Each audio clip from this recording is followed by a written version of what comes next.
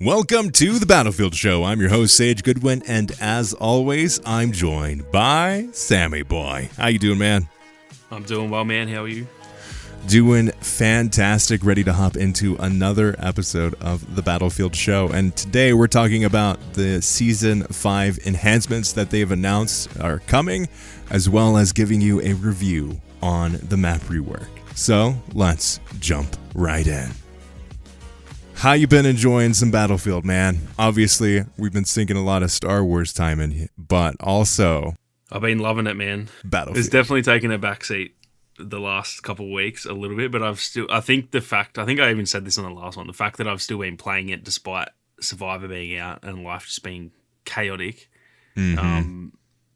Most other games I would just be like, I'll come back in a few weeks, but I'm still just like, here and there, maybe, I don't know, once or twice a week minimum, even sometimes more than that, I've still been managing to jump on and play. So that really says all I need to say, because obviously Survivor is like the priority both for content and as a Star Wars fan, it's like, oh my God, new Star Wars game. So obviously got to be playing that more. But yeah, the fact I'm still enjoying Battlefield and the fact, even if I was enjoying it, that doesn't even guarantee I would go back and play it. Like the fact that I'm playing it says a lot. It says about a little bit of addiction there still. It hasn't been that way the whole lifespan of the game. There's been times definitely where I'm like, I've got that addicted feeling.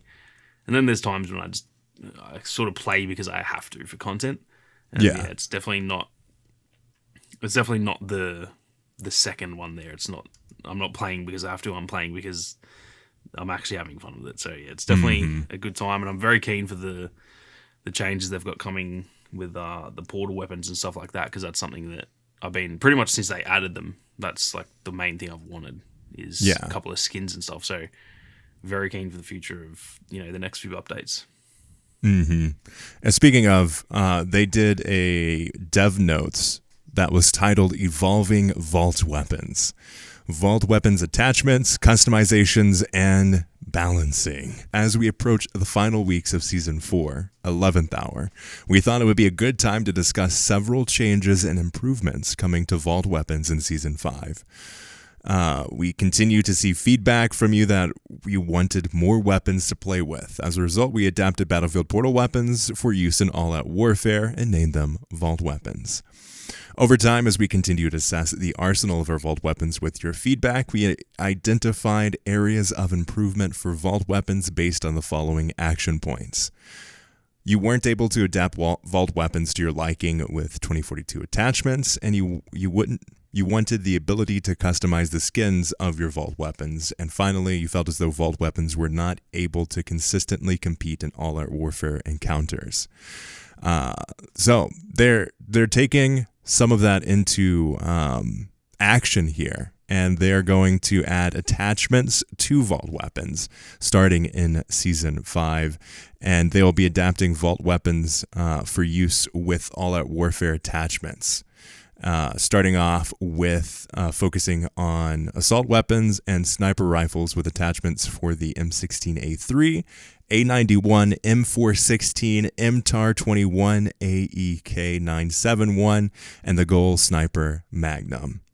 So that's kind of what they're getting started with attachments on these Vault weapons. Yeah, it all sounds really good to me, man. The one issue I've had with the Vault weapons is just that a lot of them don't have, they've obviously got attachments, but they're not that good. A lot of them, they don't have like ammo attachments and stuff in most cases. So it's something that has felt a bit lacking with them, and it definitely has made them feel a bit like they're not like proper content. They're kind of just like a little, almost like how they've added the crossbow in Season 1, for example. It's not like a proper, it's more like a little gimmicky thing.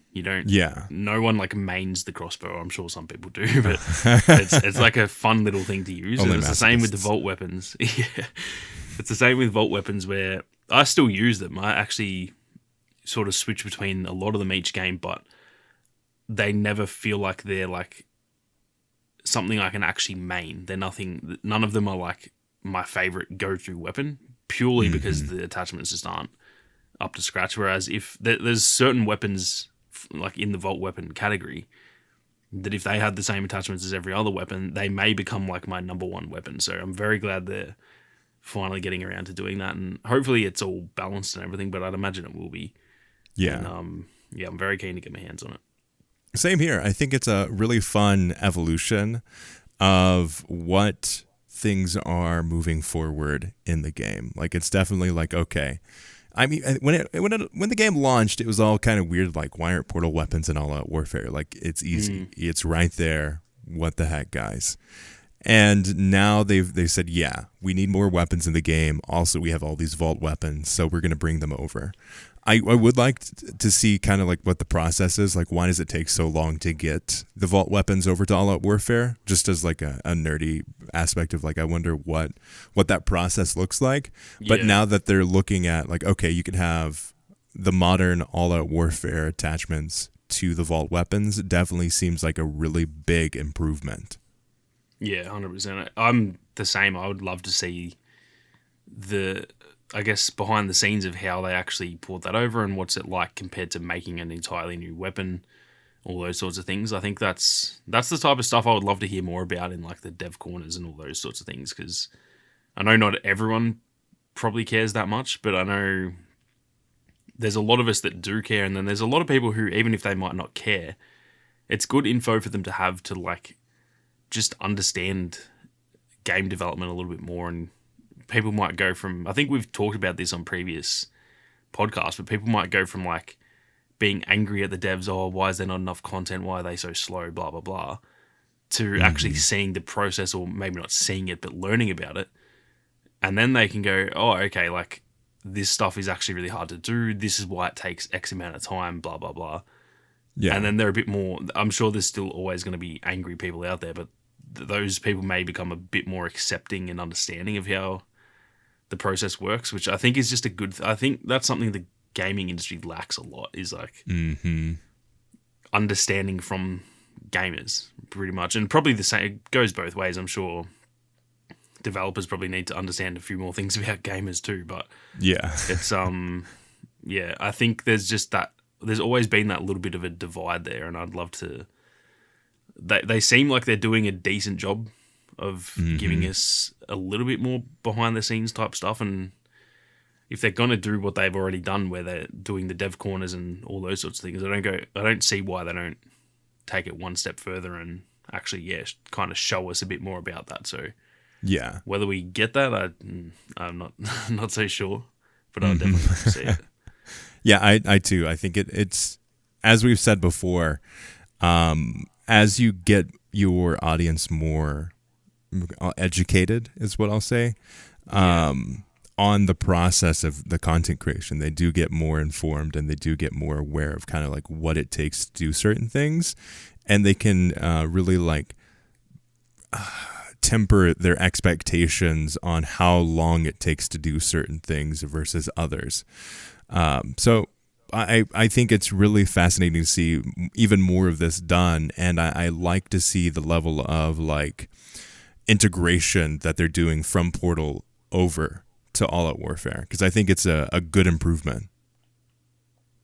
Yeah, 100%. I think it's like we've said, it's kind of one of those areas that I feel like it's an easy win for them, and I kind of don't know. I mean, they are doing it now, obviously, but I don't know why in the past they didn't try and focus on that a little bit more, simply because it can be such an easy win for them, and it's not really like a negative for us. I don't think all of us are like, oh, it's only Portal content, so it doesn't count. Like, I think most people are still pretty much equally as excited for like vault weapons as they are new weapons. So yeah, I think it's good to see that they're finally like recognizing that. I wonder if it's because they're running out of like they've already reworked most of the maps now, so they got to add something else, I guess.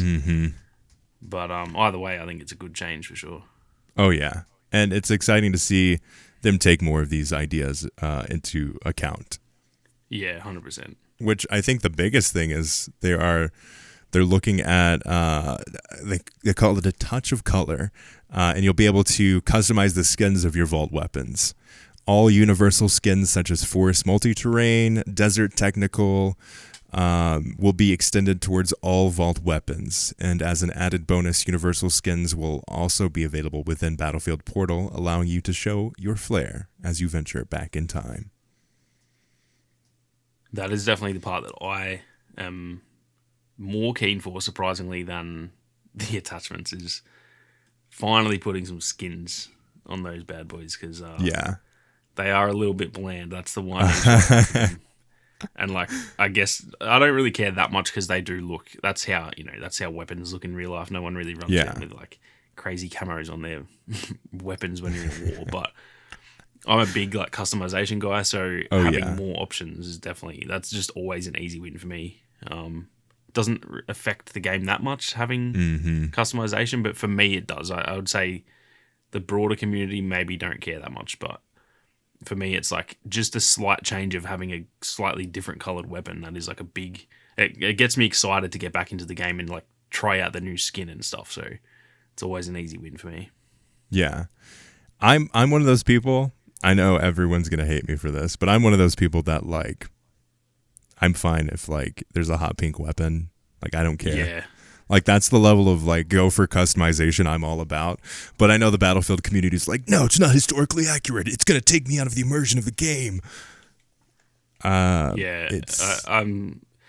see both sides of it, but I also just like unless it's there are certain types of games I think that it's like that would be the wrong place to do it. If it's like a mil sim type of game where it's like trying to be serious, then fair enough. But this game is just not that. Same with Call of Duty. I think Call of Duty does it fairly well where it's like it's just not trying to be super serious, so I don't see why they need to like treat the aesthetics seriously. I think there's a certain limit. Like if they got I know like in Call of Duty they had like anime, like the typical waifu like anime skins.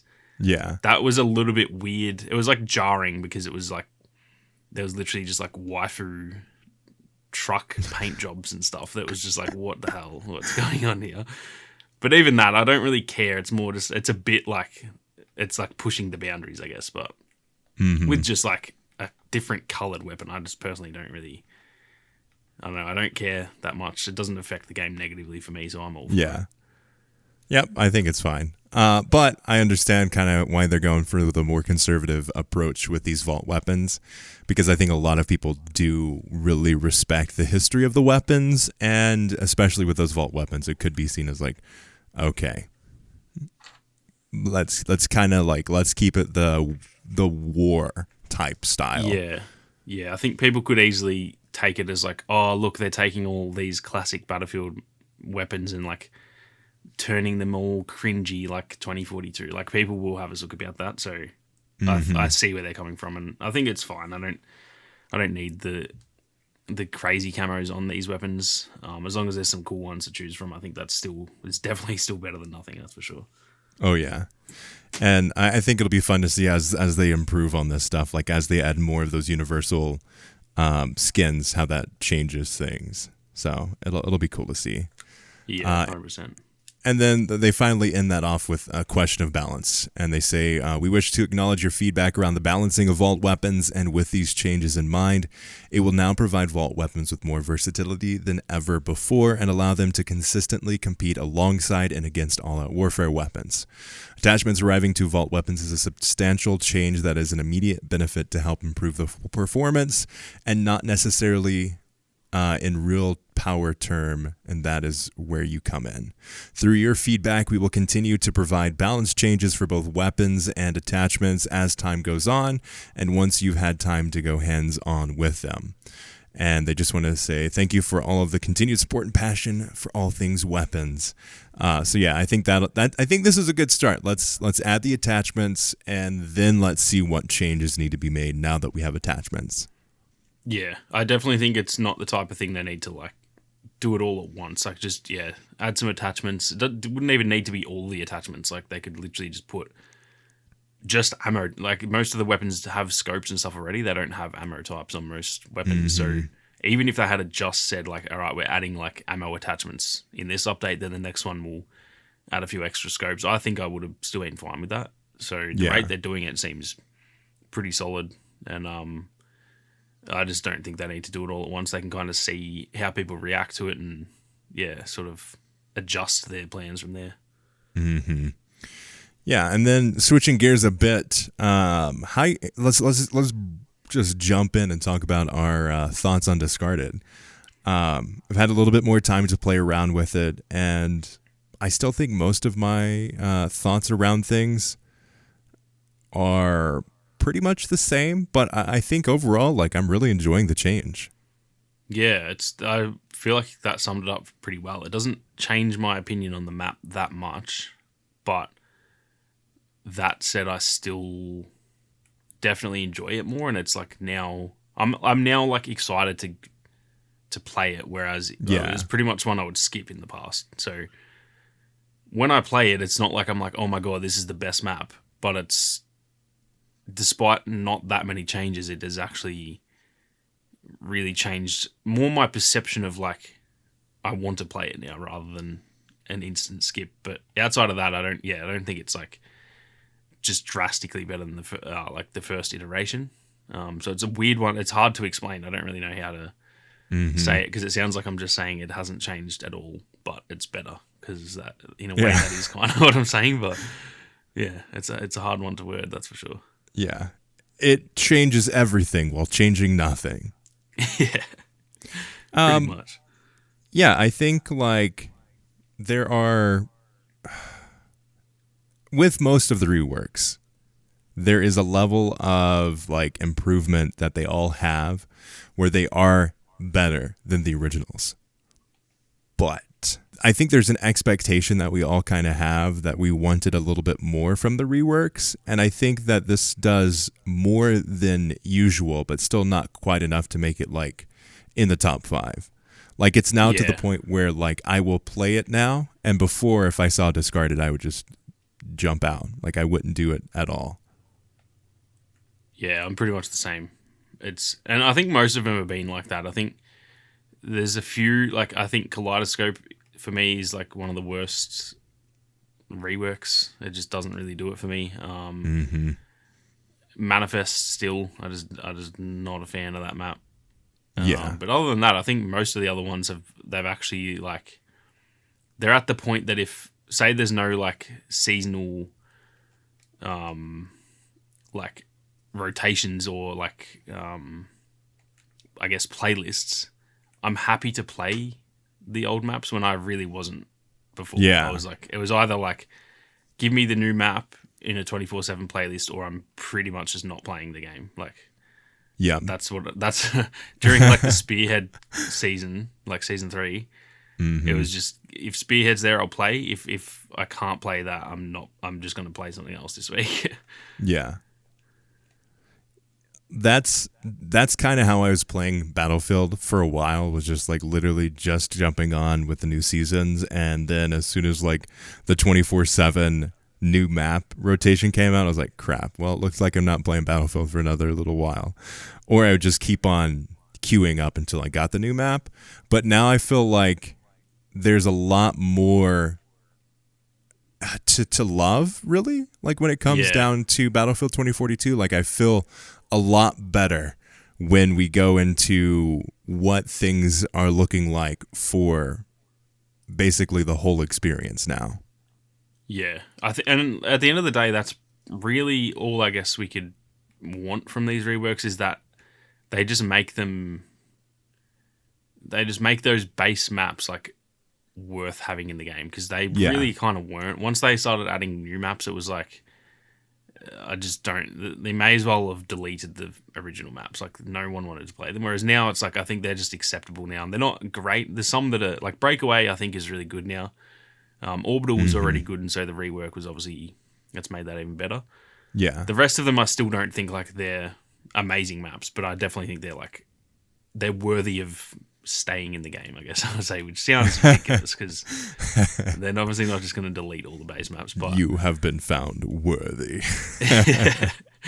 But yeah, I think they're just, I think that's all we could really hope for, because I think when they announced the reworks, I was like, oh my god, like, I was kind of expecting a lot, but then once we got one or two, I was like, oh, okay, like now I see how these are.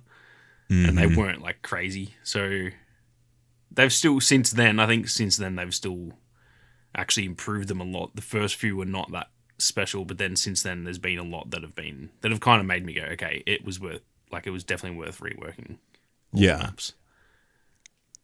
Yeah, I think all of the reworks have made them better. To varying levels of success, but they've all done something better than the original one did. And it's exciting to see the level of, I hope the level, now that they've shown that, yeah, we're going to make it better. And we see in terms of like Breakaway, how they can make those big drastic changes and have them work out very well. When we look at something like Hourglass and what that could entail and what that could look like in the next rework. Yeah, I think that's where, like, I am finally excited for that, because initially when they started doing the reworks, I was just like, there's no chance they can possibly fix Hourglass. Like, it's just it just feels so broken. But now I'm actually a bit, like, especially after Breakaway, I'm very, I guess, optimistic that, yeah, they can, if they do what they did with Breakaway, I think Hourglass could be a really, really good map. So definitely optimistic now, whereas, say, when they did, like, Kaleidoscope and that was really it, I was like, oh, okay, yeah, the rest of these maps are still going to suck. Yeah, I think that's kind of like what we all thought of when we first saw all these different changes, and like, oh, okay, fine. This is, at least it's a little bit better. But then we saw Breakaway, and we're like, okay, no, this is a from the ground up rework on all the things that we loved about Breakaway, and then taking out all the things that we hated about it in terms of like how big it was. And they were like, this is the biggest map in Battlefield history. And it's like, oh boy. And they found that that's not what people go to for Battlefield 2042. It's not just how big the maps are. You could go to freaking Warzone and they have a massive map, but they utilize it way more because there's a lot more diversity and there's a lot more there. So you don't just go to Battlefield for the scale of the maps. You go there for the variety of gameplay that you can have, and Breakaway just wasn't offering that.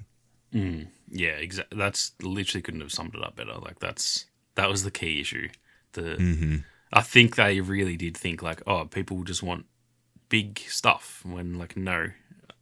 If you can make a really good map that's really big, like, go for your life, but yeah, that's not what we're here for. Like, to an extent it is. I think,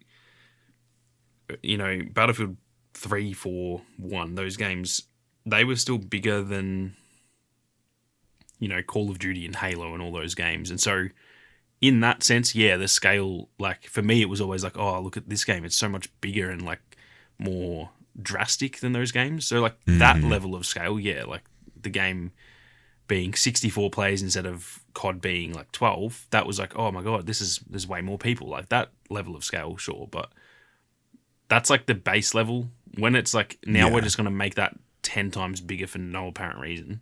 That's just not, that just didn't work. So at least they've hopefully learned that for the future, that, yeah, it's, the scale does not matter. Like, it doesn't mean anything. The game they could make a small scale Battlefield, and I think if done properly, they can still do it well. So the amount of players per lobby does not equate to a good game. And I definitely think that they, well, surely anyway, learned that from this game. Yeah. Yeah, but I hope, as we've seen, like with every single following update, the key thing that they've been using for every single new map is smaller, more confined, close quarters combat, more intense. So like they found, like, as they added more and more of the maps, other than something like Exposure, where that still like is pretty large scale, each of the following maps, they took what they learned from all of the other previous ones and they've improved on it. And I'm really excited to see what Season 5 brings. Because I think that's one of the main bits that Season 5 will have, now that we aren't going to get another specialist in Season 5. The main draw is going to be the map. like it mostly always is, but I'd say it's even more important that that map is as good as it possibly can be. Yeah, it's definitely like you said, it already was. I think for most people, like the map is the almost the selling point of each season. For me, it's like they could just add a map and nothing else, and that's like all I really care about. Mm-hmm. But now it's like there's almost a bit more pressure because there is nothing else really. That I'm sure they'll add a few weapons, but if the map sucked but there was a really good fun specialist, then that's kind of saved that season. But now it's like, well, if the map sucks, the season sucks. So Yeah. it's definitely a lot of pressure there. And I think like the track record they have from season 1 until now is like, I'll be shocked if this map isn't good. It also looked really good in the concept art. So Yeah. I have nothing but faith in them now, which they've definitely earned from, some really, really good, I guess just consistent work over the last, nearly, I guess a year now, really. 4 seasons is a year. So, Yeah. they've earned that, like, respect from me until they mess it up. If they mess one up, then the next season I'd be a bit like, I'm a bit nervous now. But I'm one of those people that really, like, if someone consistently does really good things, I'll just trust them until they don't do a good thing. And with the maps, maybe not so much DICE with Battlefield in general, but with the maps, at least in this game, I have no reason to not be excited for that map, that's for sure. Yeah. There's big things on the horizon. Anything that like you're really looking forward to now that we've seen what they can do with the map rework for Hourglass? I just want it to be a bit more compact. I want, like, we've talked about our kind of like concept for it, and really that's just what I want. I want them to bring the stadium close to the city, tighten up the city a little bit, add an extra few points of interest throughout the desert area, and maybe like bring that little village a bit closer too. Just tighten it up, and I think that each like element of the map is fine. Maybe not this. I don't think the city's that great, but Yeah. also that's probably a little bit easier fixed because you can just bring the buildings closer and put a bit more cover. But like the stadium's really good, I think, for the most part. I think it would also be better to like put something on the actual field. Obviously it's covered by sand, but like where the field is, put something there, like a little, like a medical tent with like a, just like something that's a point of interest, and bring that closer. And I just think all the points of interest themselves are okay. It's just the rest, like, just there's no flow to it. So having it all closer together, I do think that the map can be really good. It's just whether they nail it is the only question. 'Cause it's probably easier said than done to make it. You can't just be like, just make a good map. Like it's not that simple. So we'll see what they do. But it's definitely possible. I've now got faith that it can be done. It's just whether it does get done. I'm not sure. Yeah.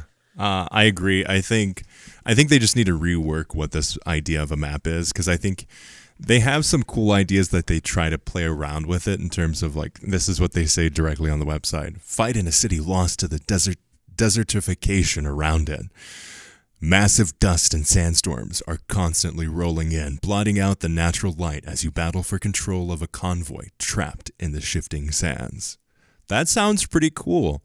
The concept art sounds really cool. The graphics that they have for it look really cool.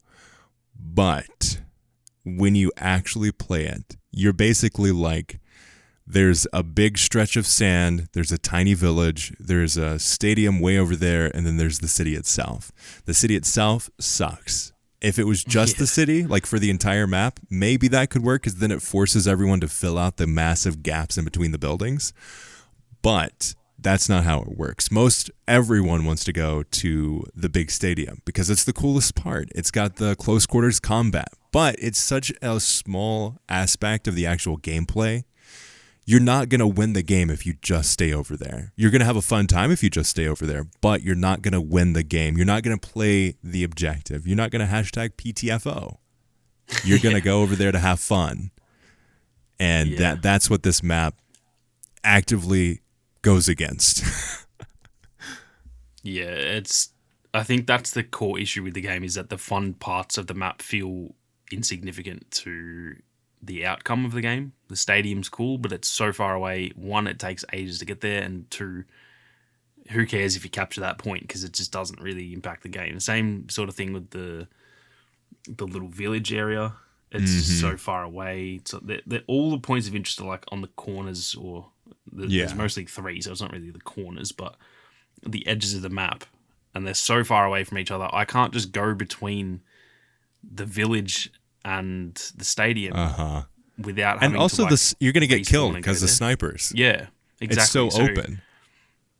You pretty much have to rely on getting a vehicle, which, you know, sometimes you can, but sometimes you just can't get a vehicle. So then you've either got to run and probably die, or you've got to, like, I don't know, you just respawn. Essentially both result in a death. Like, that shouldn't be how you have to play the game. Like, oh, I guess I'll just kill my character in order to get to the next part of the map. That's not good map design. Yeah. When the response to, oh, I need to get over there is, okay, I'll just respawn, you know that you failed. Yeah.